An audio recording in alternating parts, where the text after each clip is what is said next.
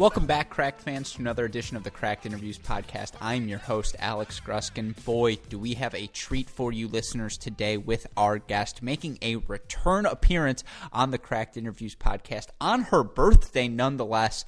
9-time Grand Slam champion, Olympic gold medalist, Bethanie Mattek-Sands returns to the show to talk about all sorts of things that are happening right now in her life. We obviously had to take a little bit of time to talk about her response to the coronavirus, how it impacts her training schedule, what, her mapping of the year moving forward. And we do talk about that, but so many laughs shared on this podcast. She talks about her new fashion line that she's launching, and that's no laughing matter, but, we talk about all of the dancing that we've seen on from TikToks, all of these professional athletes, how they spend their spare time. It's a really fun conversation, and at a time like this when so many of us are facing pain, facing grief, and we're all nervous about what these next few months are going to look like, I can't recommend this podcast enough for you listeners. I promise it will provide you a bit of a distraction from all of the grief we're all facing right now in our everyday life. So really excited for that. Before we get to the conversation, do have to take this moment to plug a couple of things we've got going on at Cracked Racquets right now. Our super producer Daniel Westoff up to all sorts of amazing things on our YouTube channel. If you haven't yet seen Overserved, our new video series that pokes fun at all of the unintentional comedy produced by tennis players on a week-by-week basis, please go check that out again on our YouTube channel. Episode 1 will be up there already. Episode 2 should be on there as well by the time you're listening to this podcast. So go give that a look. I promise you will enjoy the tone of that. It's, I think, the sort of content we all need in a moment like this when, again, everyone is so serious all the time, deservedly so. We're all nervous, but, it'll provide you a bit of a 10-minute break from all of that. You can just go back to remembering what it was like when all we had to worry about was tennis, all of the joy that comes with those sorts of things. So be on the lookout for that. Of course, we will have mini breaks firing throughout this week. If you didn't listen to any of last week's podcast, Steve Weissman of Tennis Channel Live, Mark Lucero, also Tennis Channel analyst, coach of Steve Johnson and Nicole Gibbs as well as John Wertheim of Sports Illustrated, a really fun list of guests, and we've got some really fun Great Shot podcast content coming out as well, so be on the lookout for all of those things this week. But for now, enjoy my conversation with the one and only Bethanie Mattek-Sands.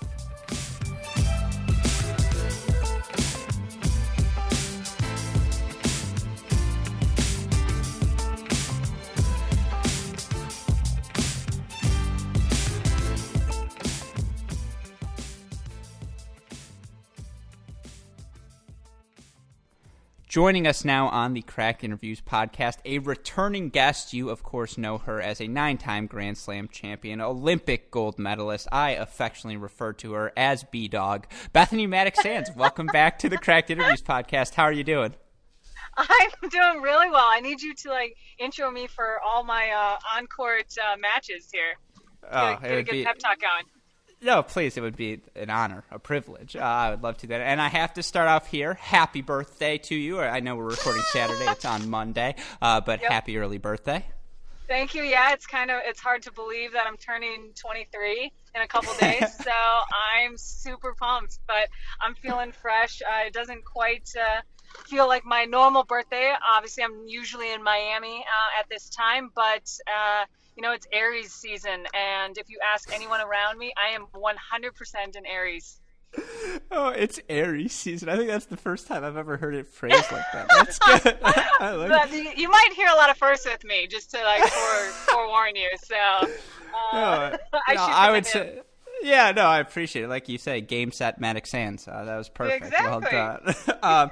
And I know we've got a couple of exciting things coming up as well, a fashion line being launched that I want to ask you about. But, let's get the serious stuff out of the way first. The big news for all of us, the coronavirus, not only affecting the tennis world, but affecting so many of us. As you mentioned, you're usually in Miami at this time, and that's not the case. I'm curious, how are you holding up? Everything all right?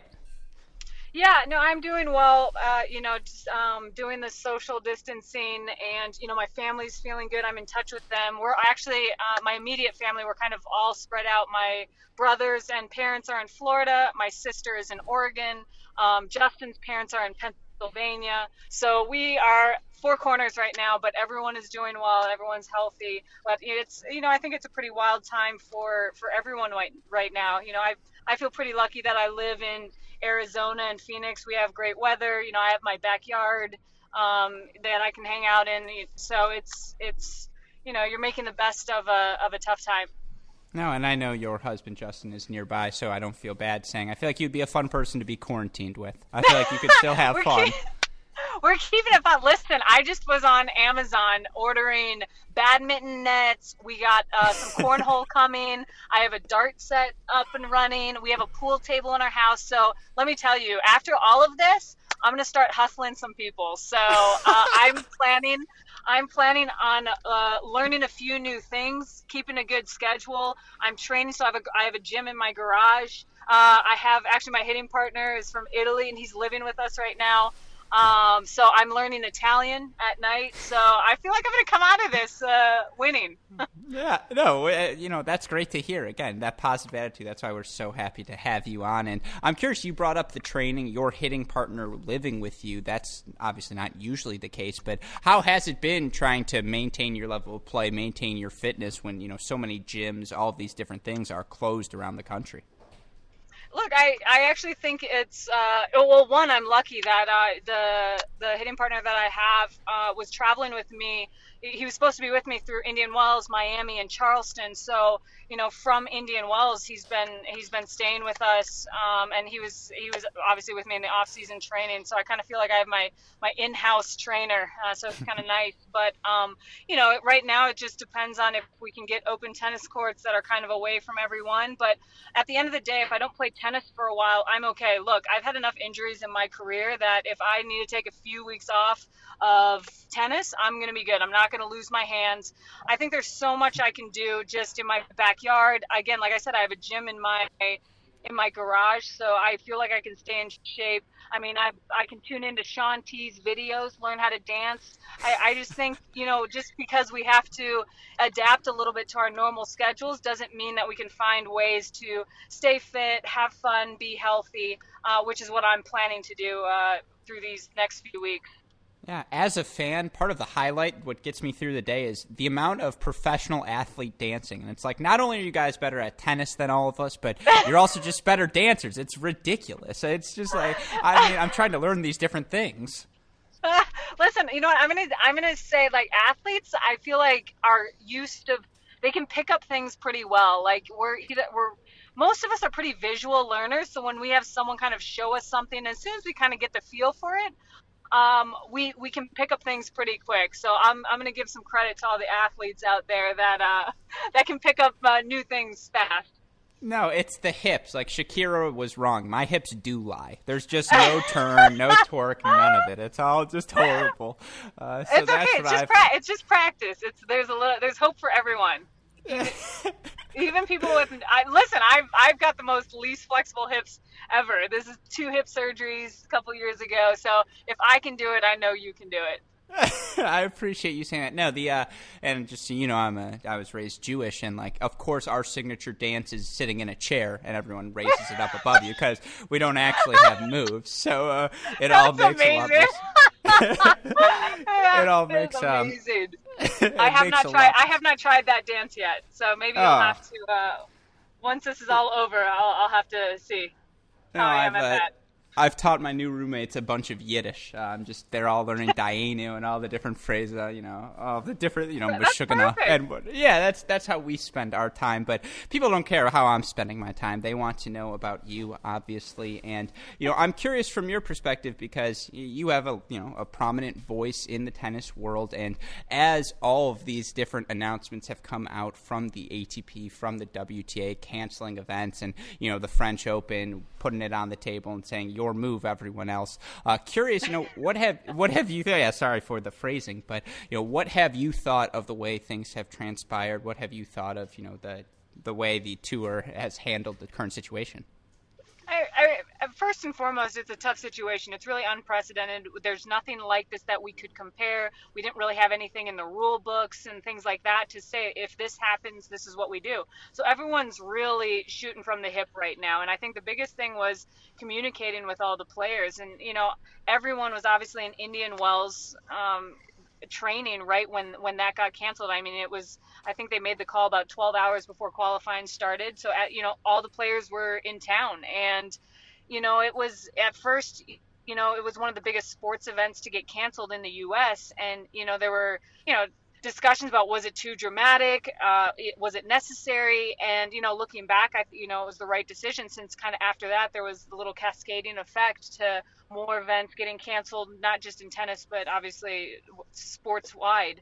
But tennis, one of the things that's challenging for players is, tournament, we kind of rely on the tours being up and running for us to be making our money. We don't have these assigned contracts, or anything. So, everyone's kind of had to reevaluate what they're doing. And, I think obviously health is first and foremost for the tours, and, especially the amount of international traveling that we would all have to do. I mean, we were, after Indian Wells in Miami, we were gonna head over for the European season, one of our big tournaments in Rome, which we know the situation in Italy right now. So, I think the tours, have been doing their best to communicate with players in a situation where, it's not like it's just tennis that's getting canceled. I mean, really, everyone has kind of had to reevaluate kind of what they're doing in their everyday life. It's thrown a lot of people's schedules off. I mean, it's still continuing to do that. So I think, for me, it's, you got to kind of look at what you can do, adapt and adjust as best you can, and stay positive. I mean, there will be a light at the end of the tunnel, I believe. And it's just sort of on us to do our part to stay safe and healthy. I wish you could see the smile on my face. That's what I needed to hear. So thank you. There we go. Thank you. Yeah, thank you for that. And I'm curious because, again, you are one of the leading voices on tour. And one thing we've heard from so many people over this stretch of time is now going to be the moment where a players union, whether it's just an ATP, just a WTA union, or a collective players union emerges. Do you feel there's any momentum heading in that direction? And curious what your thoughts are on the topic. I think both the men and women have talked about this for a long time. The tough part about tennis is that there's so many different parties involved. I mean, like you said, even the French Open sort of announcing, being a cowboy and kind of announcing that this is the date they're going to do it and not talking with anyone. We have ITF, we have USTA, we have LTA, we have the Australian Federation. Like, we just have so many. And then our tournaments, that you have some agencies that own them, and then you have some private tournaments that are owned by private people. So I think that's what makes it challenging in tennis for us to kind of move along the same wavelength all the time. And would the players getting together get some more stuff done? I really think so. I don't think it's in a way to sort of us against them, because at the end of the day, like, we can make this all work. Like, if the sponsors are winning, if fans are engaged, if players are healthy and happy with their schedule, if tournaments are making money, I mean, really, there's like this common ground that we can all find where everybody wins. And I think, does it require maybe the players getting together? Possibly. And I think everyone's definitely talking about that. We'll see what sort of transpires over the next couple weeks, but I know it's definitely being discussed. Yeah, another idea that was thrown around, the idea of a universal basic income, where depending on your ranking at the start of the year, you no longer would first round losses be paid out. Instead, everyone is guaranteed a certain amount of money at the start of the season, and then for every win you accumulate, you actually get paid. Again, this, I'm sure it's something that's floated around before, but any initial thoughts on that? And I promise that's the last serious question. Here's the thing. I definitely think topics like that should be discussed. I mean, whether that's the answer, I'm not sure yet. But I think in order for tennis to sort of grow and shift with, the competition against other sports, other entertainment, we need to ask ourselves a little bit more progressive questions to further the sport. And if, like, the way we get paid creates, this better way for players to, be secure in what they do and then ultimately bring a better product onto the court. I mean, everybody wins there as well. So I'm a big fan of asking sort of out of the box questions. And even if it's like, well, you get to a point in a meeting where it's like, okay, that's too far. Like, we couldn't possibly do that. You eventually do kind of find this middle ground that is better than where you were at and maybe a little less exaggerated than the initial idea. But I'm, in case everyone is wondering, on the exaggerated side, just to kind of get these brainstorms and out of the box ideas where we can find these solutions, and just make tennis better, like create better job opportunities, better fan experiences, get more sponsors interested in it. I mean, again, I'm all for this win-win idea, and I think it's very, very possible. Yeah, I certainly, again, this is why you're one of the leading voices, because you're willing to push the envelope, talk about the hard topics. This is going to be maybe an easier topic for you. I know we did get to play a little bit of tennis in 2020, and in that little stretch of time, you obviously had quite a bit of success. You and Jamie Murray partnering to make the finals in Australia. You guys knock off the number 1 seeds in the first round. Given how long of a stretch it might be, but until we get to play another competitive event, looking back on it, what are your memories of that run? Obviously, you guys were clicking. I know, Jamie's such a gentleman. I love playing with him. I mean, really, I think we have such great chemistry out there. At this point, obviously we've won a couple slams. We've played a few matches, and even though we don't get to practice a lot, I know that's a question actually I get asked a lot: is how much do we practice together and work on plays and strategy? And I'm like, honestly, we warm up pretty much the day before we play a match, and then sort of wing it. So it comes down to communication. Obviously, we both trust each other, how good of tennis players we are. I mean, Jamie's hands up at net are ridiculous. His court positioning is ridiculous. And it's, I'm actually following all his tutorials on Instagram, just in case you guys want to know more about doubles. You need to follow Jamie Murray on Insta. I'm sure he's putting it up on Facebook and YouTube as well. But, he's such an awesome person off the court as well. And it's really a lot of fun playing with him. But yeah, we did really well. Played Strakova and Melo first round, number 1 seeds. It was a tough match, and then made a good run to the finals where we lost in the tiebreaker. But still, making the finals of a slam, still collecting some hardware.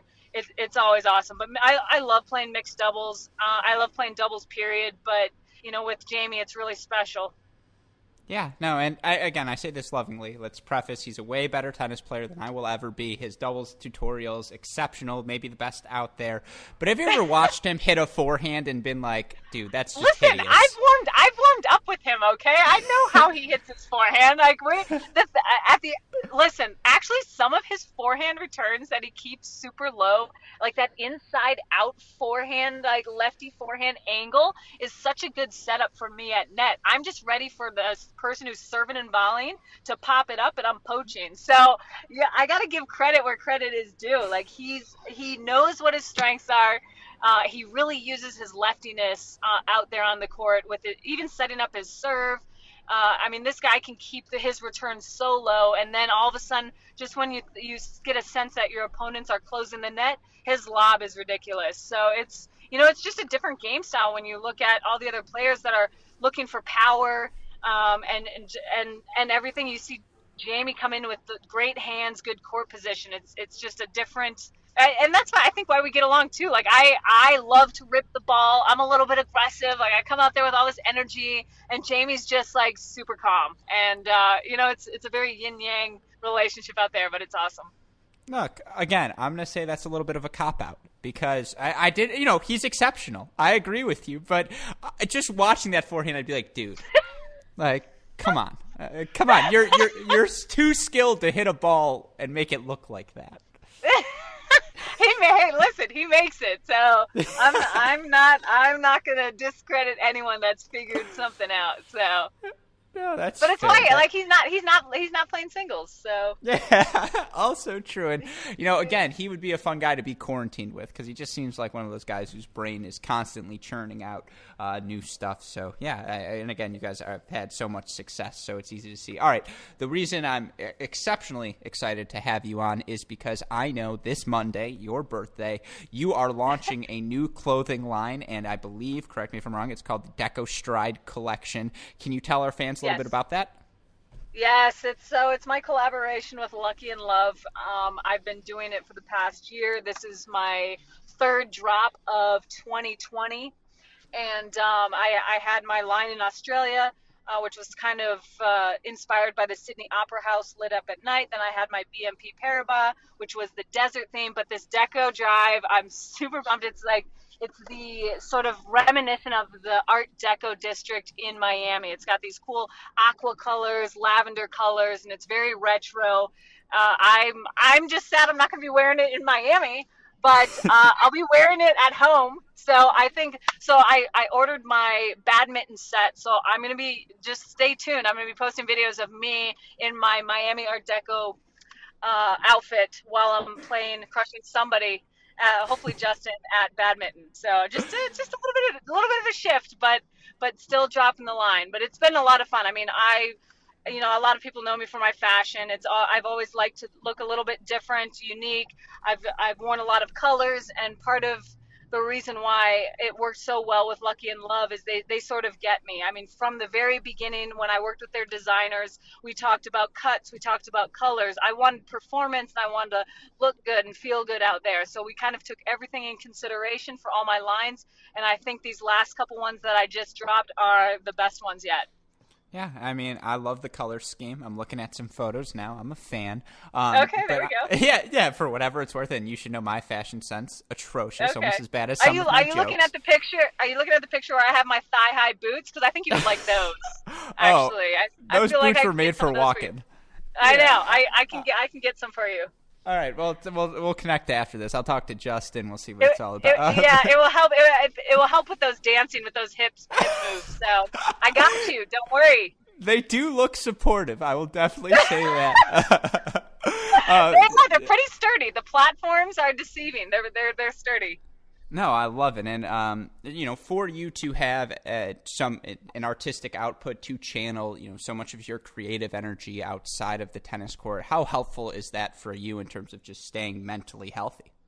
No, definitely. I mean, in case for those of you who don't follow me on Instagram or maybe know me well, I've always said that when I'm having fun and enjoying life on and off the court, that's when I'm playing my best tennis.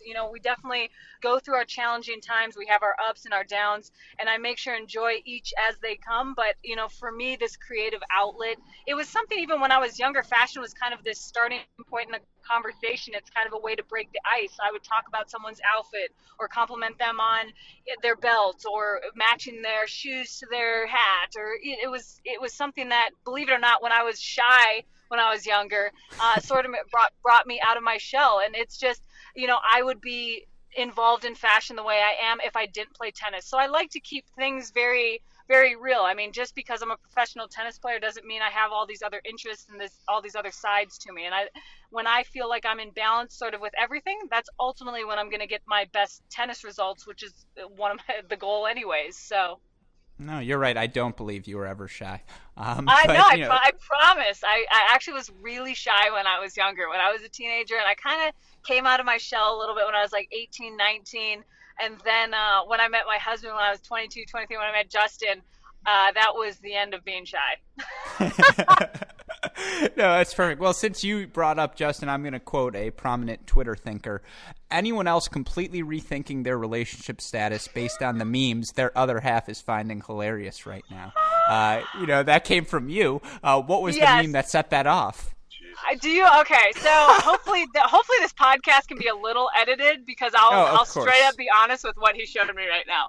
It was like day one. It was a picture of day one of quarantine. And then day 39, another picture of, you can guess what these pictures looked like. And I was just like, I'm done. Like, it's like day 3 and I'm already getting this? This is ridiculous. Yeah, so I don't know if you want to edit that out or in, but I'm being honest, that was the picture that was shown to me, and that I immediately wrote that tweet. So, yes, I will quack out, don't worry, the prominent parts of that story, but that's amazing. And I will say, the people who are, and I'll respond back, and don't worry, our super producer at Westuff will edit this out as well, but the amount of people who have used, like, fake Corona announcements or whatever to just send pics, it's just like, come on, man. Like, it's just not funny anymore. Ridiculous. Yeah, no, ridiculous. it's just out of I mean, control. I appreciate all the memes that are like running high. I mean, because I think it's important to, still have some humor in your life, and not that you're not taking things seriously, but it's definitely important to laugh and enjoy things as well, kind of let off some steam. But so I do. I'll be the first one to say I appreciate some of the memes out there. I'm just saying sometimes it's enough. Like I gotta go do something else. I gotta turn the phone off and just stop. We've gone too far. Yeah, I completely agree. Hopefully, our Cracked fans out there will turn to this podcast, and so many, because we'll try and provide whatever distraction. See, it worked in a plug. But to get back to your new fashion line, was the birthday release always part of the plan? The birthday release was kind of the plan. I would say just because that's when I was going to start playing in Miami. Obviously I was going to be there, whether I was playing, I was going to be practicing there already, but I think I wanted to release it a little bit earlier had the tournament been going on, but because of the shift of everything from Indian Wells, we pushed it back so it would be on my birthday, which I think is good. Then I get to celebrate something, the release of this new line, which I hope everyone will be super excited about. And again, I'm turning 23, so it's a big birthday for me. Oh, I remember my 23rd. It was not too long ago, and it was just a riveting time. So yeah, that'll be a fun one. I'm sure Justin's got a couple 23-year-old memes lined up for you. Yeah, I'm sure he's already looking them up. So I can't wait to get this on my. He's gonna DM me. Yeah, exactly. That part half the fun. Well, last few questions for you. In terms of one of my favorite pieces of content throughout this entire 2020 season, although abbreviated, I guess 2020 year, was the video you shot with Sonia Kennan after she won the Australian Open. You got the first-hand look. How cool was it to be with her right after that moment? And can you kind of talk about her performance? How cool that was to see? So, are you talking about when I was in the locker room with her? Yeah, it was great. So that was actually, she made the finals on that one. That was after her semifinal win when I was in the locker room. I did see her after she won too, but if you're talking about the one where the Djokovic, where she shoots her shot. Wait, which one? Yeah, the Djokovic. Again, it feels like the Australian Open was 6 years ago. So I know. I seriously have 1,000 things happened since Australian Open. I think so. But Sonia's super. We all know Sonia's super feisty. So I just wanted to give people a peek into her personality. I feel like sometimes we don't know all these professional athletes, especially tennis players. We're out there by ourselves. We don't really talk to our coaches. We're not allowed to show a lot of emotions. So it was fun to kind of interview her about. I mean, she was freaking out because Andy Roddick shot her a tweet, and I'm like, dude. I was like, you're in the finals of the Australian Open. Andy's cool, but you are in the finals in a couple days. So, but she was just it was cool to see just her childlike. It was her first time there, and she was just so genuinely excited about it. And she was talking about her Cartier bracelets for a while, and each win that she got, she was going to get one with more diamonds. So we have to do another update on that because I think she went in between Australian Open and Fed Cup. She went to the Cartier store to get it, and so it was fun. She was super excited, super emotional, which I'm not surprised. But she's such a good kid, and I was really proud of her and happy that she was able to get through that. Once you can tell, once she's kind of got the momentum, even in the finals when she was down a little bit, once she kind of made that turn, I knew she was coming back. So she's a good kid, and you'll be seeing a lot more from her. Yeah, it was such a fun run to see. Yeah, the personality matches the game style, right? There's nothing she can't do. So definitely. It's really fun to see. All right, my last question for you. In doing the research, and I like to do my research beforehand, I tried to go to bmattek.com, and it just said all new 2020 website coming soon. What can I expect in the near future in case there's a part 3 to this podcast series? Well, there's definitely going to be a part 3 to this podcast. I'm actually looking at doing a podcast as well. I think you know what? In all honesty, I think I got to shift what my website was going to be. My whole idea for what it was going to go around my schedule, traveling, and I got to reevaluate. So I'm going to be I'm going to be sort of brainstorming over the next couple of weeks on what would be interesting and entertaining, whether it's what I'm doing in the interim training, whether it's more videos. Is it joking around behind the scenes with Justin, or is it, what am I doing training wise? So I think I actually got to shift kind of everything I had planned for the website and switch it up. But I promise it will be good and it will be entertaining. And then we're going to do another podcast. Yeah, I'm excited for it, and yeah, at least you have time on your hands, right? So certainly, exactly. If any exactly. shifting needs to do, it might require Justin being my photographer in the backyard to get some good shots for new pics on the banners and everything. But we make it work. Justin wears a lot of hats. Yeah, no, that the palm tree on the photo right now is just perfectly placed. So whatever. Justin's good. Justin's good with the details. So I mean, like I said, he's like right now he's chef, he's a photographer, he's usually team travel agent. So his roles shift. The only butchered detail is no cool kids play on hard true. It's always either hard court or the red clay. So that might be the only change to make. This is true, but I don't know. That's what we grew up in Florida. Like if you're in Florida, you're playing on hard true. Yeah, that's why you're good at tennis and I'm struggling to dance. So I mean, listen. I would look if we can come together as a country and put some legit European red clay in around the States. I would vote for it. I'd be all for that. Trust me. I love the red clay, but right now, apparently everyone in the U.S. wants this green clay that's not real clay, but we will adapt to that. But let me know when we put that petition together to get more European red clay in the U.S. Yeah, no, I'll talk to my league people. I'm sure, again, might as well throw that on the priority list. But seriously. 100%. That's got to be a priority right now. Slide that in somewhere, the small print. No, I mean, yeah, it's a $1.3 trillion, whatever they're passing in Congress. That can be like subsection C, where it's like, and by the way, no more hard true. There we go. Imagine. Yeah, exactly. I think we can slide it in. Let's do this. Yeah, it's perfect. But Bethany, one last time for our fans out there. Sorry, Bethany, that felt weird. B-Dog. One last time for our fans out there. Can you let them know where they can find your new line and all of your content moving forward? Yes. So, I mean, obviously you can find out anything I do on my Instagram. I'm pretty active on that, whether it's on story or on my feed, and I'm the one checking it. So whenever there's replies and posts, it's all coming from me. I do it myself. I want to keep it pretty authentic, but you can get my new Lucky and Love line at tenniswarehouse.com. If you're in Europe, tenniswarehouseeurope.com. Obviously, you can go to Lucky and Love's website as well and find it there. But it will be dropping on Monday. It is limited items and release, so you want to kind of grab it while you can. And then tune in to my Insta to see me playing some badminton in it. Oh, I'm looking forward to that. Well, again, B-Dog, thank you so much for taking the time. Happy early birthday to you. Any of our fans out there, wish her a happy birthday as well on social media. And take care, stay safe. Looking forward to all the fun content coming our way. Yes, for sure. Let's do it again. Yeah, of course. Take care. All right, see ya.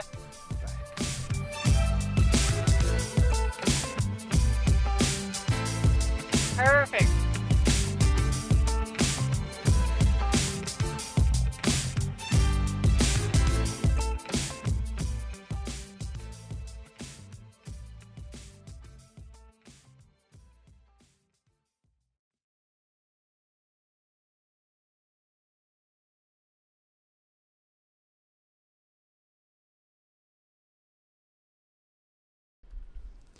Hope you enjoyed my conversation with the one and only Bethanie B-Dog Mattek-Sands, BMS, hashtag Game Set Mattek-Sands, however it is you refer to her now. I mean, talk about a great personality. When players like her are the faces of our game, that's how I know, we are in such great shape as a sport, and when we get the sport back, it will continue to thrive as it always does, and can't thank her enough for taking the time. And of course, happy birthday, Bethany. I know I had Westhoff throw you in a birthday sound effect, but just going to ask him to squeeze in one more here in the outro. Westhoff, can I get that birthday sound effect, please? I wish you guys could see the facial expression he just gave me as I called for that. But, speaking of super producer Daniel Westoff, I mentioned this at the top. He has spent so much time producing our newest video series, Overserved, again, focusing on the unintentional comedy that we see week in, week out from the tennis world. And, at a time like this, I think we all need comedy. We all need laughter now more than ever. So if this video is able to provide any of you just a brief moment of distraction just to get you out of the day-to-day struggles that we're all going through right now, certainly we will have done our job, and I really do think this is the sort of content you all will enjoy, so be on the lookout for that. As I mentioned, super producer Daniel Westoff, have to give a shout out to him, to super producer Max Fligner as well for the of an editing job they continue to do day in, day out. None of this stuff at Cracked Racquets happens without their tireless work, so shout out to them. If you have missed any of our action, be sure to go to the website, crackedrackets.com, for the more immediate updates. Twitter, Instagram, Facebook, YouTube, all of the accounts are at Cracked Racquets. If you need a distraction from, again, you have a DM, you have a question, you just want to chat, you're like, hey, I'm bored right now, self-quarantining. I want someone to chat with. You can always reach out to me on Twitter at GreatShotPod. Again, no one does, what's the word I'm looking for? See, no one does distraction. No one does procrastination quite like Alex Gruskin, so feel free to reach out. Happy to chat with anyone out there who's in need of that sort of discussion. Also, of course, like, rate, subscribe, review this podcast, the Great Shot podcast, the Mini Break podcast. We're up to some fun things at Cracked Racquets. I'm not going to give them all away right now, but we've got some long-term projects in the works that are coming closer and closer to being finished, so be on the lookout for all of those things. But for my lovely guest, the just recently turned 23-year-old Bethanie Mattek-Sands, for our super producers Max Fligner and Daniel Westoff, and from all of us here at both Cracked Racquets and the Tennis Channel Podcast Network, I'm your host, Alex Gruskin. Thanks for listening, and we will see you all later in the week. Thanks, everybody.